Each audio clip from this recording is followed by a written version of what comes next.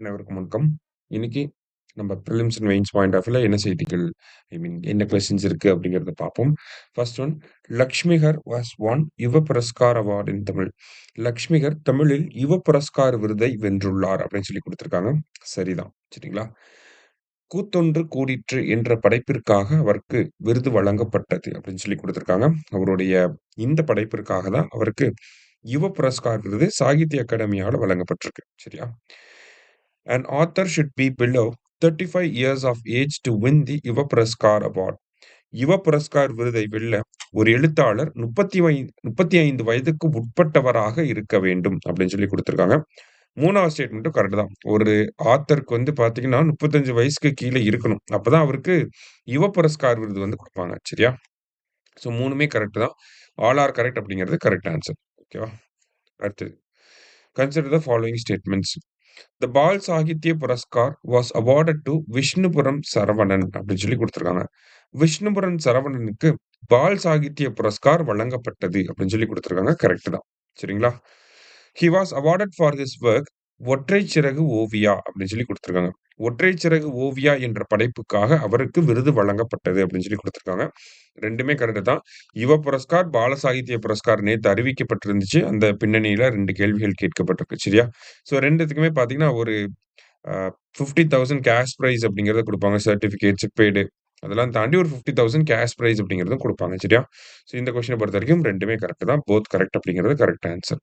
அடுத்தது, choose the correct statements. Performance grading index is released by ministry of education அப்படின்னு சொல்லி கொடுத்திருக்காங்க. செயல்திறன் தரக் குறியீடு கல்வி அமைச்சகத்தால் வெளியிடப்படுகிறது அப்படின்னு சொல்லி கொடுத்திருக்காங்க. கரெக்ட் தான். இது ஆல்ரெடி நமக்கு எக்ஸாம்ல கேட்ட question. Performance grading index is related to அப்படின்னு சொல்லி கேட்டிருப்பாங்க. ஸோ எஜுகேஷன் ரிலேட் பண்ணி வரக்கூடியது தான் இந்த பெர்ஃபார்மன்ஸ் கிரேடிங் இண்டெக்ஸ் அப்படிங்கிறது. சரியா? ரொம்ப முக்கியமான ஒரு கொஸ்டின். சரியா?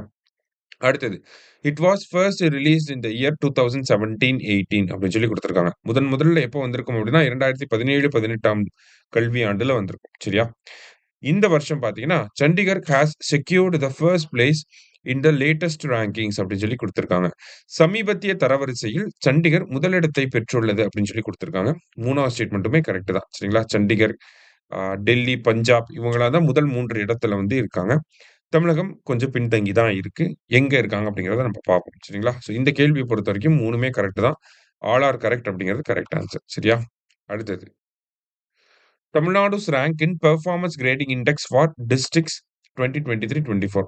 மாவட்டங்களுக்கான செயல்திறன் தரக் குறியீடு 2024 தமிழ்நாட்டின் தரவரிசை என்ன அப்படின்னு சொல்லி பார்த்தீங்கன்னா, ஸோ அந்த பிஜிஐ அப்படிங்கிற அந்த இண்டெக்ஸ்ல தமிழ்நாடு வந்து 16வது இடத்துல இருக்கு. சரியா?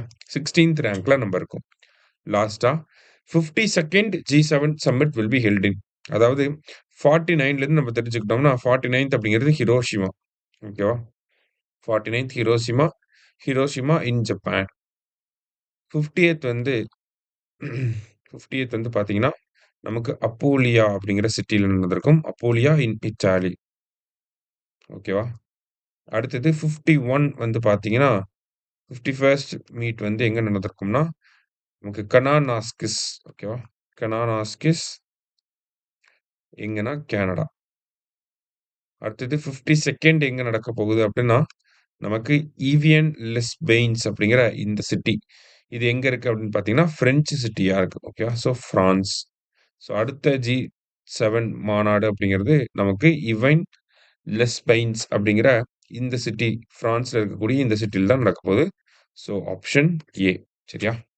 இன்னைக்கு 5 கொஸ்டின்ஸ் பார்த்திருக்கோம். Thank you. Suresh IAS academy, வெற்றியின் முகவரி.